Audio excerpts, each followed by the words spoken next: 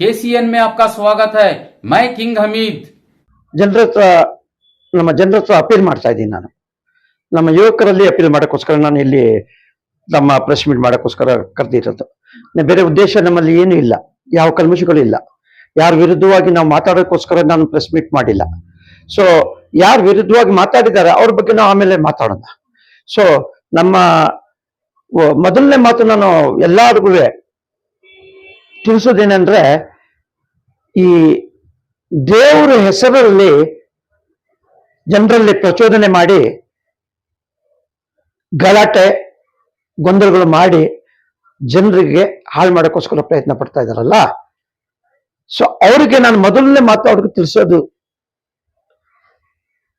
ಏನಂದ್ರೆ, ಭಗವಂತ ಅವನೇ, ಅಲ್ಲ ಅವನೇ, ರಾಮ್ ಅವನೇ, ರಹೀಮ್ ಅವನೇ.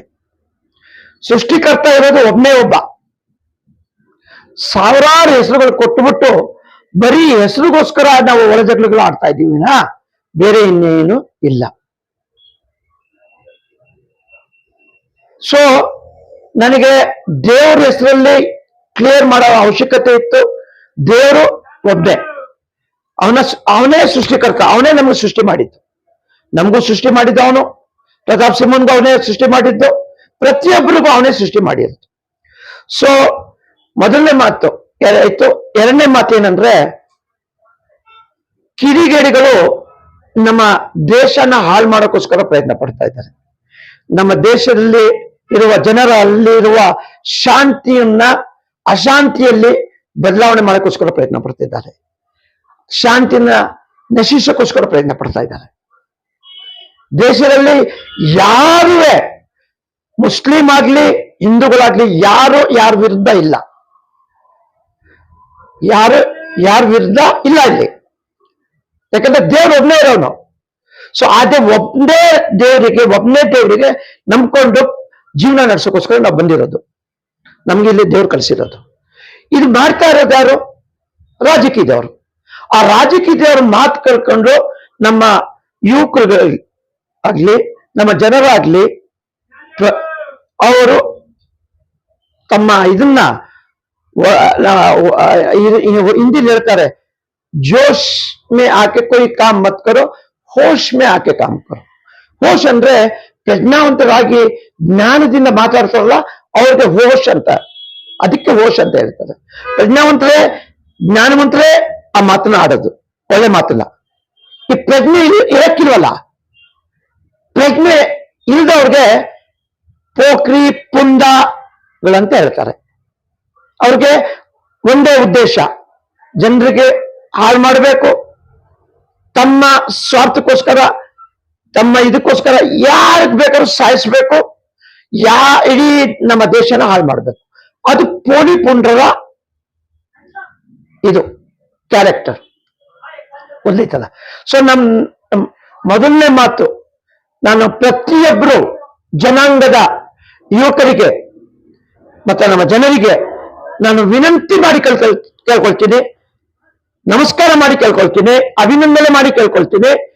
ಯಾವ ಷಡ್ಯಂತ್ರಗಳ ಮಾತುಗಳಿಗೆ ತಾವು ಕೇಳ್ಕೊಂಡು ಇದಾಗೋ ಅವಶ್ಯಕತೆ ಇಲ್ಲ.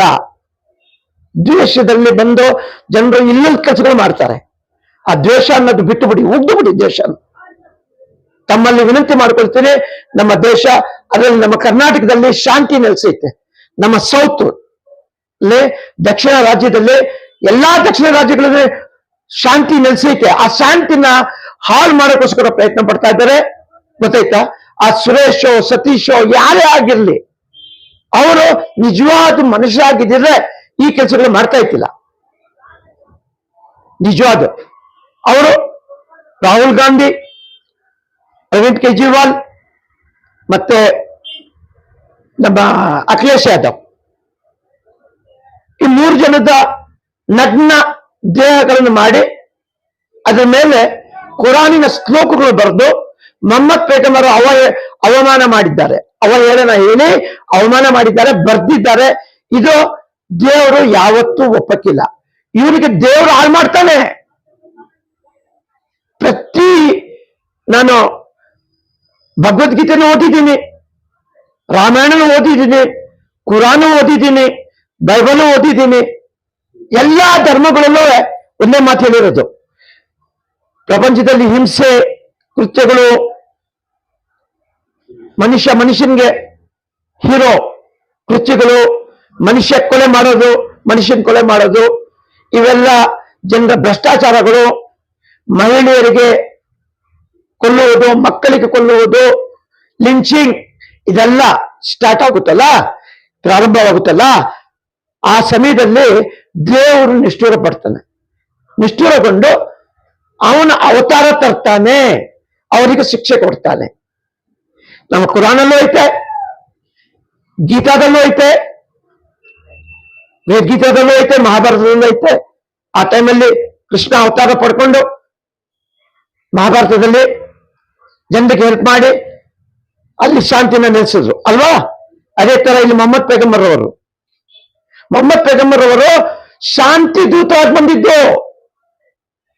ಅವ್ರ ಜನರಿಗೆ ಜಗಳ ಆಡ್ಸಕ್ಕೆಲ್ಲ ಬಂದಿದ್ದು ಶಾಂತಿ ದೂತವಾಗಿ. ಮೊಹಮ್ಮದ್ ಪೈಗಂಬರ್ ಬಂದಿದ್ದ ಸಮಯದಲ್ಲಿ ಮನುಷ್ಯನ ರೂಪದಲ್ಲಿ ಪ್ರಾಣಿ ಇಂಥ ಕಡೆಯಾಗಿದ್ದ. ಹೆಣ್ಮಕ್ಳಿಗೆ ಹೂತು ಬಿಡ್ತಾ ಇದ್ರು ಜೀವಂತವಾಗಿ, ಹೆಣ್ಮಕ್ಳಿಗೆ ಜೀವಂತವಾಗಿ ಹೂತು ಬಿಡ್ತಾ ಇದ್ರು. ಯಾವಾಗ್ಲೂ ತಮ್ಮ ಪರಸ್ಪರ ಇದರಲ್ಲಿ ಜಗಳ, ಹೋರಾಟ, ಯುದ್ಧಗಳು ವರ್ಷಗಟ್ಟಲೆ ನಡೀತಾ ಇತ್ತು. ಗೊತ್ತಾಯ್ತಲ್ಲ. ಮೊಹಮ್ಮದ್ ಪೈಗಂಬರ್ ಅವರು ಬಂದ ಮೇಲೆ ಆ ಶಾಂತಿನ ದೂರ ಮಾಡಿ ಶಾಂತಿನ ನಿಲ್ಲಿಸಿದ್ರು. ಪ್ರತಿಯೊಬ್ಬರಿಗೆ ಸರಿ ಸಮಾನ ಹಕ್ಕನ್ನ ಕೊಟ್ಟರು. ತಾವೆಲ್ಲ ಓದಿ ಜನರು ತುಂಬಾ ಜನ ಇದ್ದಾರೆ, ಪ್ರಜ್ಞಾವಂತರು ತುಂಬಾ ಜನ ಇದ್ದಾರೆ, ಸಾಹಿತಿಗಳಿದ್ದಾರೆ, ಎಲ್ಲ ದೊಡ್ಡ ಸಾಹಿತಿಗಳು. ಅದರಲ್ಲಿ ನಮ್ಮ ಕರ್ನಾಟಕ ಟಿಪ್ಪು ಸುಲ್ತಾನ್ ಅಂತ ಜ್ಞಾನವಂತ ವ್ಯಕ್ತಿ, ಶೂರನಾದ ವ್ಯಕ್ತಿ ಹುಟ್ಟಿದ್ದಿರುವಾಗ ನಮ್ಮಂತ ಕರ್ನಾಟಕದಲ್ಲಿ ಕನ್ನಡಿಗ ಕುವೆಂಪು ಅವರು, ಕೆಂಪೇಗೌಡರು, ದೊಡ್ಡ ಹಿರಿಯರು ಇಲ್ಲಿ ಬಂದು ಹೋಗಿದ್ದಾರೆ. ಅವರು ಎಲ್ಲ ಒಂದೇ ಧರ್ಮಕ್ಕೋಸ್ಕರ ಹೋರಾಟ ಮಾಡಿದ್ದು. ಅದೈತೆ ಮನುಷ್ಯತ್ವ, ಮಾನವೀಯತೆ. ಎಲ್ಲ ಧರ್ಮಕ್ಕಿಂತ ಮಿಗಿಲಾದ ಧರ್ಮ ಮನುಷ್ಯತ್ವ. ಏನಮ್ಮ? ಮನುಷ್ಯತ್ವ, ಮಾನವೀಯತೆ. ಆ ಮನುಷ್ಯತ್ವ ಮಾನವೀಯತೆಯನ್ನು ಬಿಟ್ಟು ನಾವು ಧರ್ಮ ನಂಬ್ತೀವಂದ್ರೆ ಆ ಧರ್ಮಗಳನ್ನೇ ಅಲ್ಲ. ಅದು ಕ್ರೂರ ಪ್ರಾಣಿಗಳ ಧರ್ಮ ಅದು. ಯಾಕೆ ನಾವು ಪ್ರಾಣಿಗಳಿಗೆ ಏನು ಗೊತ್ತಿಲ್ಲ, ಅವ್ರಿಗೆ ಜನರಿಗೆ ಕೊಲ್ಲೋದು, ತಿನ್ನೋದು, ಗೊತ್ತಾಯ್ತಲ್ಲ. ಅದ್ ಬಿಟ್ಟರೆ ಬೇರೆ ಏನು ಬರುತ್ತಿಲ್ಲ. ಸೊ ಪ್ರತಾಪ್ ಸಿಂಹನಂತ ದೇಶದ್ರೋಹಿಗಳು, ಇಂಥವ್ರಿಗೆ ದೇಶದ್ರೋಹಿಗಳು ಅಂತ ಹೇಳ್ತೀನಿ. ಮಧ್ಯಾಹ್ನ ಬಂದು ಉದಯಗಿರಿಲಿ ಅವರ ಪ್ರವಚನಗಳು ಕೇಳಬೇಕು ತಾವು. ಸ್ಟೇಟ್ಮೆಂಟ್ಗಳು, ಮುಸಲ್ಮಾನರು ಪುಂಡ ಮುಸಲ್ಮಾನರು ಅಲ್ಲ, ಪುಂಡ ಪ್ರತಾಪ ಸಿಂಹ. ಅವನಲ್ಲಿ ಏನ್ ಯೋಗ್ಯತೆ ಇತ್ತು? ಸಂಸದ ಆಗೋದಕ್ಕೆ, ಒಂದು MP ಆಗೋದಕ್ಕೆ ಏನ್ ಯೋಗ್ಯತೆ ಇತ್ತು? ಅವರ ತಂದೆ ತಾಯಿಗಳಿಗೆ ಏನು ಒಳ್ಳೆ ಕಾರ್ಯ ಮಾಡಿದ್ರು? ಅವನಿಗೆ ಒಂದು ಒಳ್ಳೆ ಸಮಯ ಸಿಕ್ಕಿತ್ತು, ಅವನು MP ಆಗಿ ಒಳ್ಳೆ ಕಾರ್ಯಗಳು ಮಾಡೋಕ್ಕೋಸ್ಕರ. ಅದನ್ನು ಕಳ್ಕೊಂಡ, ಗೊತ್ತಾಯ್ತಲ್ಲ. ಇವಾಗ ಮನುಷ್ಯತ್ವನ ಬಿಟ್ಟುಬಿಟ್ಟು ಇಡೀ ದೇಶದ ಜನರಿಗೆ ಕತ್ತಲಲ್ಲಿ ತಳ್ಳಕ್ ನೋಡ್ತಾ ಇದ್ದಾರೆ ಇವರೆಲ್ಲ. ಇಂಥ ಕಿಡಿಗೇಡಿಗಳ ಮಾತುಗಳನ್ನು ಕೇಳ್ಕೋಬೇಡಿ. ಈ 2014ರಿಂದ ನಾನು ಆಮ್ ಆದ್ಮಿ ಪಾರ್ಟಿ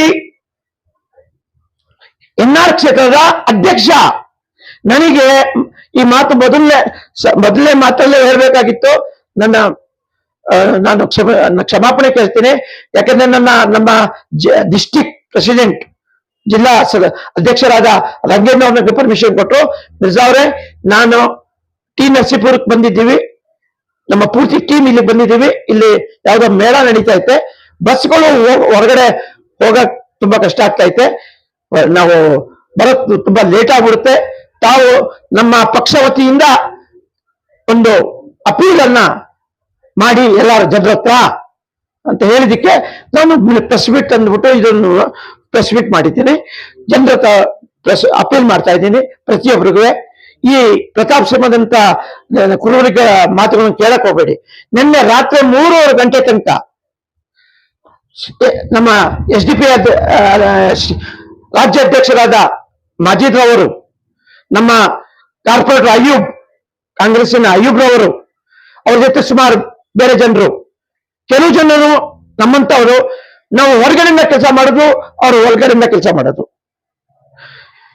ಜನರಿಗೆ ಶಾಂತಿ ಹೇಳಿ ಅವರಿಗೆ ಇಲ್ಲಿಂದ ದೂರ ಮಾಡಿ ಪೊಲೀಸ್ ಸ್ಟೇಷನ್ ಇಂದ ಅವ್ರಿಗೆ ಅವ್ರವ್ರ ಮನೆಗಳು ಕಳಿಸ್ಬಿಟ್ವು.